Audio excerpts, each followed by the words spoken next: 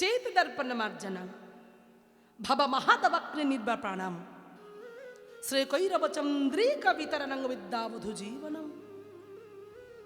আমাদের প্রত্যেকের চিত্তরূপ দর্পণ। চিত্ত মানে কি? চিত্ত মানে হৃদয়। হ্যাঁ, চিত্ত এই হৃদয় রূপ দর্পণের সঙ্গে তুলনা করছে। বলছে আয়নায় যেমন ধুলো ময়লা পড়লে তুমি তোমার স্বরূপটা নিয়ে দাঁড়ালে যেমন তুমি তোমার মুখটা দেখতে পাবে না, পাবে আবঝা। তোমার তখন কি মনে হবে? আমি মুখটা থেকে সুখ পাচ্ছি না। তাহলে আয়নাটা আমাকে কি করতে হবে? পরিষ্কার করতে হবে। তাহলে ঠিক তেমন মহাপ্রভু তার শিক্ষাষ্টকে বলে গেলেন যে আমাদের প্রত্যেকটা জীব দেহের এই চিত্তটা, এই হৃদয়টা হলো একটা আয়নার মতো। যে আয়নায় ধুলো ময়লা পড়েছে, তবে কিসের ধুলো ময়লা? এই পার্থিব জগতের রাস্তার কাদা ধুলো ময়লা নয়। সেই ধুলো ময়লা হলো ষড়রিপুর ময়লা। কাম, ক্রোধ, লোভ, মোহ, মদ, মাৎসর্য, এই যে ষড়রিপুর ময়লা এমনভাবে জমাট বেঁধে আছে, সেই ময়লাটা কিছুতেই যাচ্ছে না। তাহলে সেই আমাদের চিত্তরূপ দর্পণে ময়লা। তাহলে পার্থিব জগতের আয়না পরিষ্কার করতে গেলে যেমন একটা পরিষ্কার বস্ত্র নিতে হবে, নিয়ে সেটাকে মুছতে হবে। এখন দেখছো তাতেও উঠছে না, তাহলে কি করতে হবে? একটু জলের ছিটা দিয়ে দিতে হবে, দিয়ে মুছে দিন, পরিষ্কার হয়ে যাবে। তাহলে আমরা আমাদের দেহরূপ এই দর্পণটাকে, চিত্তরূপ দর্পণটাকে কি করে মার্জন করব? পার্থিব জগতে তোয়ালে দিয়ে তো মুছলে আর হবে না। হ্যাঁ, তাহলে কি দিয়ে মুছতে হবে? শুনে রাখুন, এগুলো হলো শিক্ষা। জীবনে যেটার জন্য রাত জেগে ঠান্ডার মধ্যে বসে আছেন, যদি কিছু না নিয়ে যেতে পারলাম তাহলে হরিবাসরে শিখিলাম।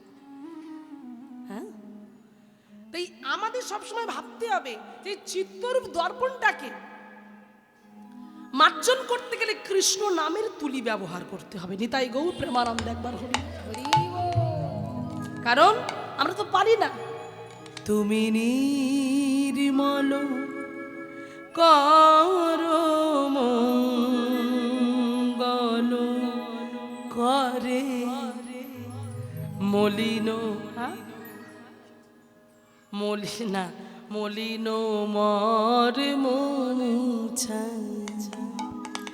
তুমি নির্মল করো মঙ্গল করে মলিন মর মুছাই। অবপূর্ণ কিরণ দিয়ে যাক মোর মোহ কালিমা গুছায়ে মলিন মর মুছায়ে। তুমি সবাই বলো দেখি, যারা গানটা জানো, তুমি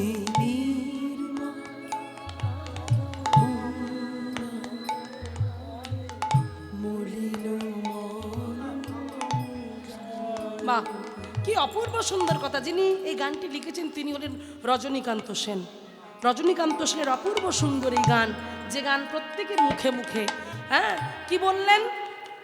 কথার মধ্যে পার্থক্য দিয়ে গেছে। শুধু গান গাইলে হবে না, তুমি নির্মল করো। তারপর কি বললেন? মঙ্গল করে। কর মানে কি? হাত। হ্যাঁ, তুমি মঙ্গল করো। হ্যাঁ, নির্মল করো, মঙ্গল করে। তুমি নির্মল করো। আমার হৃদয়টা মলিন হয়ে আছে, আমার হৃদয়টা কদমাক্ত হয়ে আছে, হ্যাঁ, কামনা বাসনায় পরিপূর্ণ হয়ে আছে। তুমি তো মঙ্গলময়, তুমি তো কৃপাময়, তুমি তো করুণাময়। তোমার মঙ্গলময় কর দিয়ে, মঙ্গলময় হাত দিয়ে আমার হৃদয়ের ময়লাটা পরিষ্কার করো। হ্যাঁ, কি সুন্দর কথা দেখুন। আমরা তো বলতে পারি না, আমাদের ডাকার মধ্যে সেই প্রেম নেই, সেই প্রীতি নেই, সেই অনুরাগ নেই, সেই ভক্তি নেই। আমরা বলবো কি করে, তাই না? তব পূর্ণ কিরণ দিয়ে যাও মোহ কালিমা ঘুচায়, মত্ত কালিমা ঘুচায়। আমার সকল কালিমাগুলোকে তুমি মুক্ত করো। আমি আর পাচ্ছি না, আমি আর পাচ্ছি না। কেন? লক্ষ শূন্য লক্ষ বাসনা ছুটিছে গভীর ধারে, জানি না কখন ডুবে যাবে কোন অকুল গরল পাথারে। কি বললেন লক্ষ্য শূন্য লক্ষ্য বাসনা। একটা লক হয় মধ্যাহ্নশয় ক্ষীয়, লক্ষ্য মানে সংখ্যা, হ্যাঁ, আর একটা লক হয় মধ্যাহ্নশয় ক্ষীয় জফালা লক্ষ্য। আমার লক্ষ্যটা ঠিক নেই। আমরা বলি না এই তোর লক্ষ্যটা ঠিক না, তোর লক্ষ্যটা স্থির হচ্ছে না, লক্ষ্যটাকে স্থির করো, এই যে লক্ষ্য। তাহলে আমার মনটা স্থির নয়, আমার মনটা চঞ্চল, আমার মনটা বারবার এদিক ওদিক যাচ্ছে। ওদিকে একজনের সুন্দর চিত্রপট দেওয়া আছে, লক্ষ্য করেছেন? স্বামী বিবেকানন্দ। স্বামী বিবেকানন্দের কাছে একজন গিয়ে বলেছিলেন যে স্বামীজি, আমার মনটা বড় চঞ্চল, আমি কোন পথে ধাবিত হব? আমি কোনোতেই পরিপূর্ণতা পাচ্ছি না, আমি সাফল্য খুঁজে পাচ্ছি না, তুমি বলে দাও। মায়েরা চঞ্চল হবে না, তাহলে বুঝতে পারবেন। এদিকে লক্ষ্য করো, কি করলে আমার মনটা স্থির হবে? তখন স্বামী বিবেকানন্দ সেই লোকটিকে বলল, এই দেখতে পাচ্ছ পাশে একটা কুকুর দাঁড়িয়েছিল, কুকুরটাকে দেখে বলছে, কুকুরটাকে তুমি ধরো। বেলটা ধরিয়ে দিয়েছে, গলায় বেল্ট দেওয়া ছিল। এই কুকুরটাকে তোমার হাতে ধরিয়ে দিলাম, এই কুকুরটাকে নিয়ে তুমি এক পাক ঘুরে এসো, আশ্রমটা ঘুরে তারপর আসবে। তোমাকে আমার প্রশ্নের উত্তর দিতে হবে, আমি বলতে হবে না, তুমি তোমার উত্তরটা নিজেই খুঁজে পেয়ে যাবে। এই বলাতে সেই লোকটি করলো কি, সেই কুকুরের গলার বেলটা ধরে যাচ্ছে। তা হ্যাঁ মা, কুকুর কি স্থির হয়ে থাকবে? ঘেউ ঘেউ ঘেউ ঘেউ করছে, এদিকে যাচ্ছে ওদিক যাচ্ছে, এদিকে যাচ্ছে, এ তো পাগল হয়ে যাচ্ছে। আরে দাঁড়া দাঁড়া দাঁড়া, দাঁড়াচ্ছেই না কিছুতে। হ্যাঁ, এবার কুকুরটাকে নিয়ে আশ্রমটা ঘুরে এসে, স্বামীজি স্বামীজি আর পারলাম না। বলে কেন, কি হলো? বলে এই কুকুর একদম স্থির নয়, হ্যাঁ, একবার এদিকে যাচ্ছে, একবার ওদিকে যাচ্ছে, একবার ওদিকে যাচ্ছে, একবার ওদিকে যাচ্ছে। আমি আর পারলাম না, আমি একাই পাগল হয়ে গেলাম। হ্যাঁ, আমি একাই পাগল হয়ে যাচ্ছি। হরি বল। স্বামীজি বললেন, দেখেছো, যে কুকুরটাকে তুমি নিয়ে গেলে, কুকুরের কিন্তু লক্ষ্যটা স্থির ছিল না, তার মনটা যে বড় চঞ্চল। ও যদি স্থির হয়ে তোমার কথা শুনে চলতো, তাহলে তোমাকে এত কষ্ট ভোগ করতে হতো না। তাই তোমাকে এটা বোঝানোর জন্য আমি কুকুরটাকে নিয়ে ঘুরিয়ে এলাম, কারণ তোমার লক্ষ্যটাও ওই রকম স্থির নেই। তুমি সাফল্যতা পাচ্ছ না কেন? তুমি ভাবছো আমি ডাক্তার হব, না আমি ইঞ্জিনিয়ার হব, না আমি পুলিশ হব, না আমি উকিল হব। তুমি নিজেই বুঝতে পারছো না। আগে তুমি ঠিক করো তুমি কোনটা হবে, মনকে বোঝাও তুমি কোনটা হবে, তবে তোমার লক্ষ্য স্থির হবে।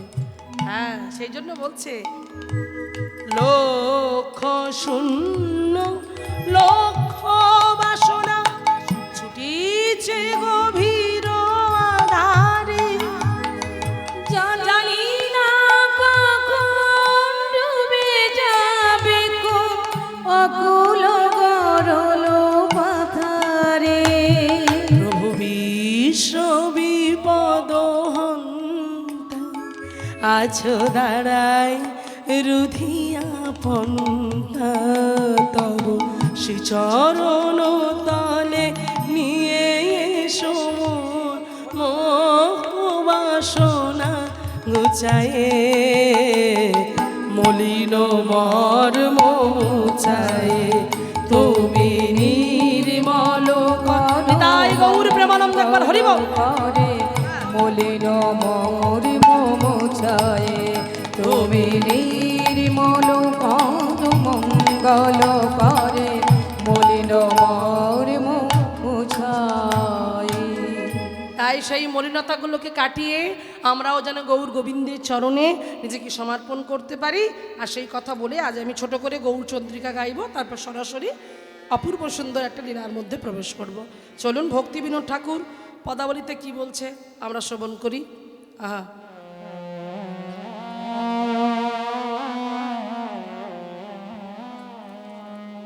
ছোট করে গাইব, বেশি বড় করে গাইব না।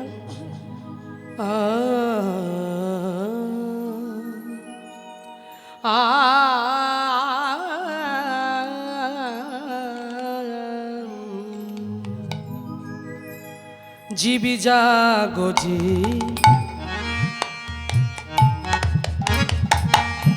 জাগো বলে আমার গোরা চাঁদ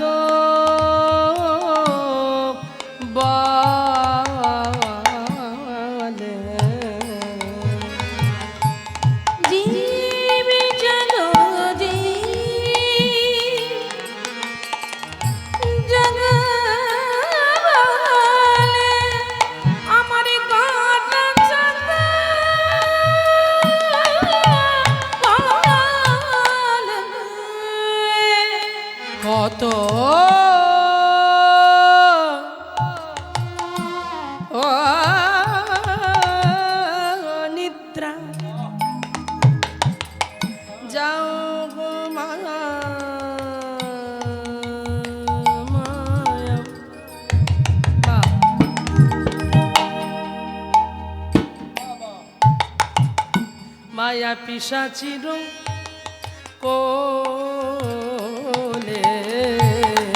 জীব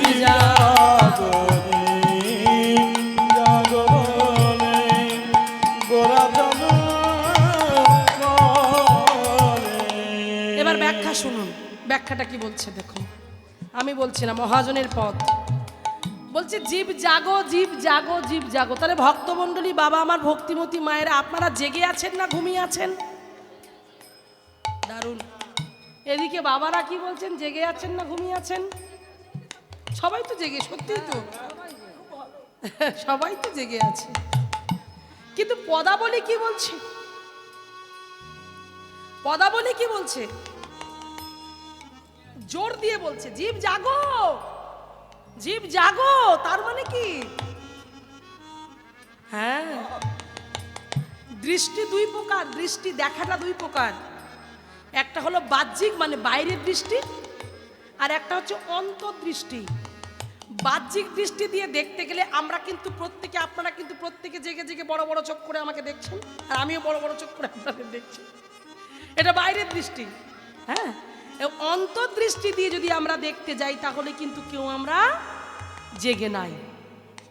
এই দৃষ্টিটা দিয়ে দেখবেন আমরা প্রত্যেকে ঘুমিয়ে আছি। একটু ভাববেন, মাঝে মাঝে সংসারের ফাঁকে একটু ভাববেন, ভাবনা চিন্তা করবেন। চিন্তাগুলো খাটাতে হবে, তবে হবে, নালে হবে না। আমরা ঘুমিয়ে আছি। এখানে কি বলছে? জীব জাগো, জীব জাগো বলে গোরা চাঁদ বলে। গোরা চাঁদটা কে? গৌরহরিটা কে? মহাপ্রভুটা কে?